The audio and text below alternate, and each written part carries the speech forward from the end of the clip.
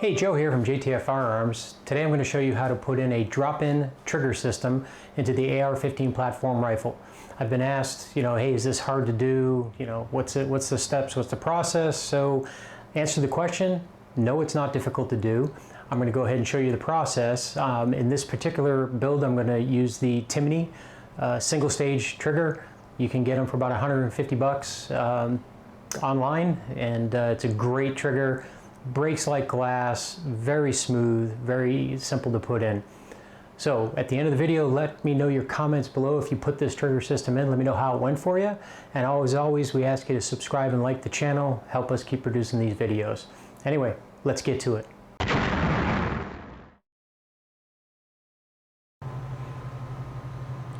All right, so step one of this process is to remove the pistol grip. Pistol grip that I have has a hex key, and I'll tell you what, one pro tip here. There's a little device you can get. You can probably get this at Amazon, but you can use it to magnetize your things like screwdrivers, etc. And I always do that on the pistol grips because sometimes those screws can be a hassle getting in and out. So what I'm going to do is remove my Allen keyed pistol grip screw here. Let's get this guy out.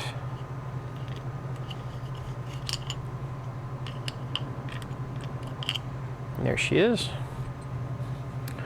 Always put your parts in the same place. All right, now when you remove the pistol grip, there's going to be the detent spring on this side. So I always put my thumb over it, and I'll show you just to keep it from popping out, but you can see the spring in there. So I'll just put my thumb over it to make sure it doesn't go flying across the room on me. Okay, and then if you just tap, the detent pin will come right out as well.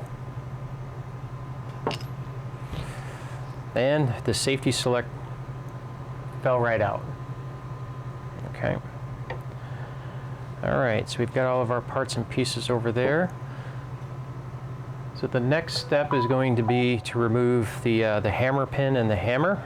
So the hammer pin is what holds the hammer in place, and then there's the trigger pin that holds the trigger in place.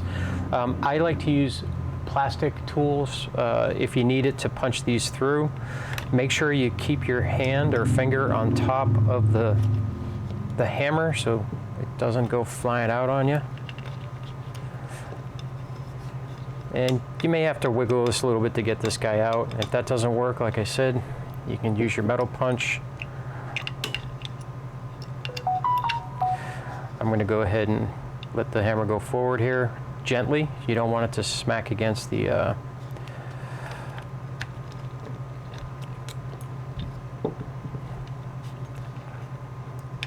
this guy wants to be a bear. There we go. All right, had to use the metal one to coerce it a little bit. And then you can pull out your hammer. Same thing on the trigger.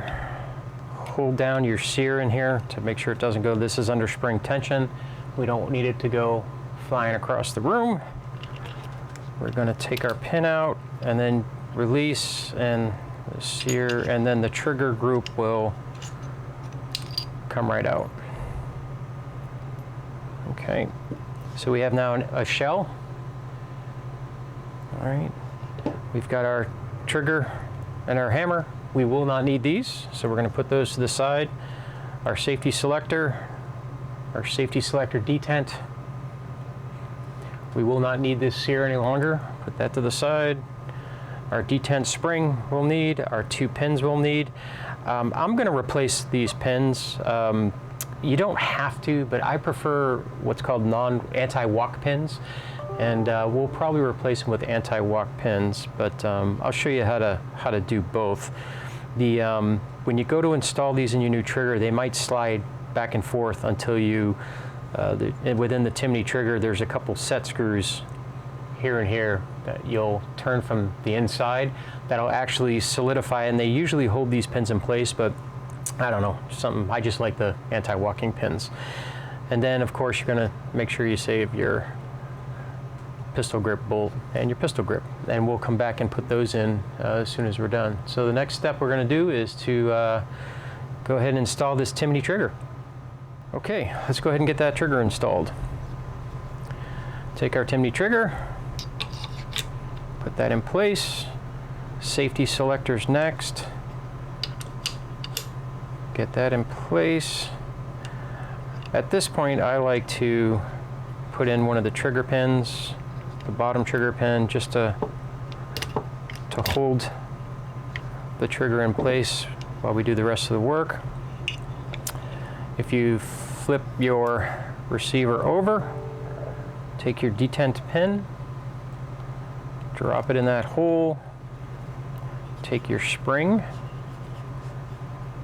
put your spring inside your pistol grip handle. I like to bring this up, maybe tilt to the side just a hair, and of course it falls out.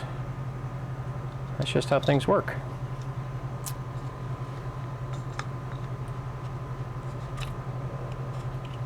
Okay, what you want to do is to make sure though that that spring does go in the hole.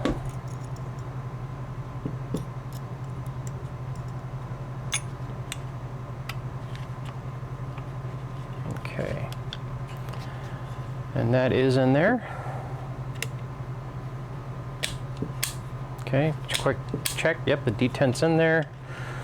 So we'll go ahead and put this bolt back in. Again, I showed you how to magnetize this. Do it, it's worth it. These things are less than 10 bucks, I think, on Amazon.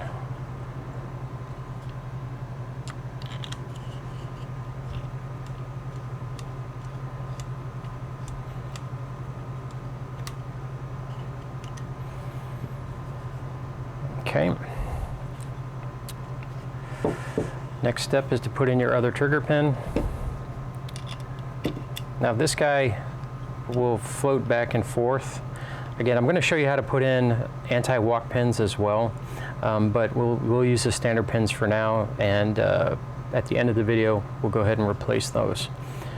So once that's in place, now if you take your Allen wrench 5/64 on each side of the trigger, there's a set screw. If you tighten those up, they push the trigger up just a hair. I try to do them equally on both sides. And it tends to hold that trigger pin in place. Okay. So as you can see now, the trigger pins are in place. But like I said, we'll show you how to put in the anti-walk ones as well.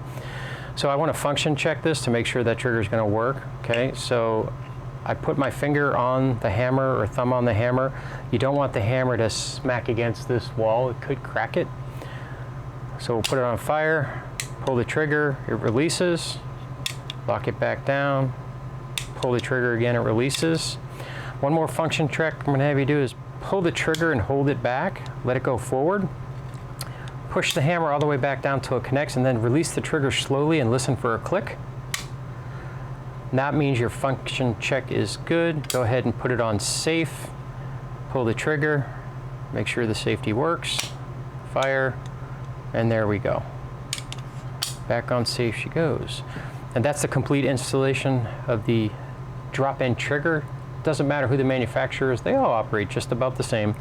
And if you want to stay tuned for another moment, go ahead and show you how to put in those anti-walk pins as well.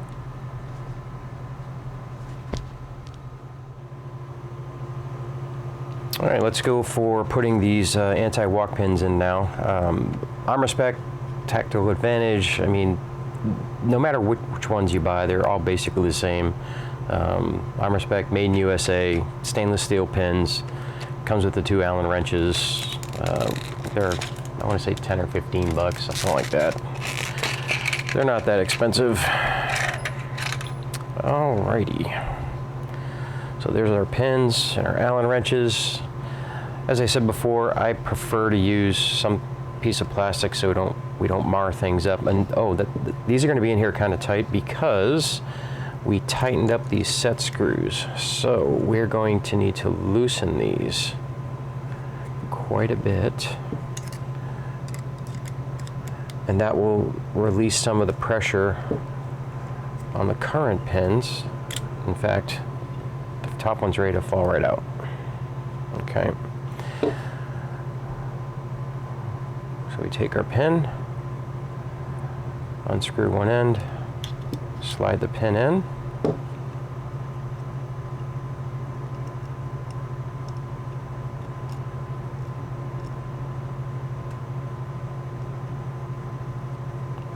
Get that guy started.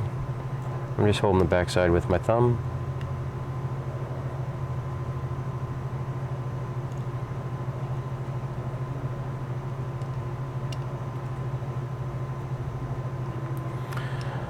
I didn't tighten them up all the way. We'll go ahead and see if we can't get this other one out. Oh, fell right out the bottom.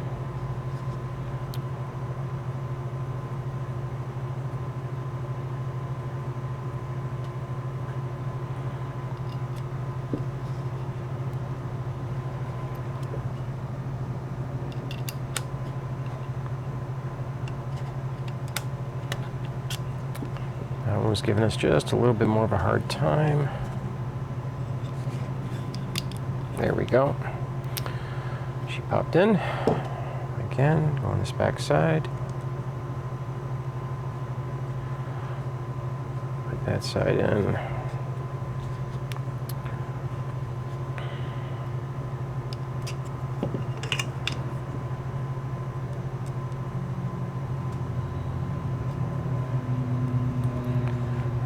Take the second Allen wrench, hold one side,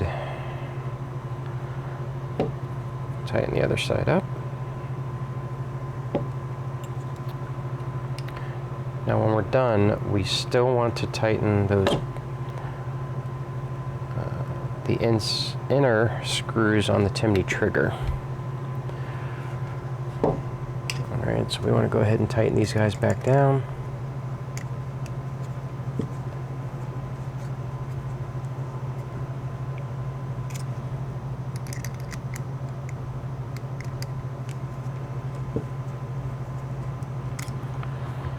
And I always do a function check anytime.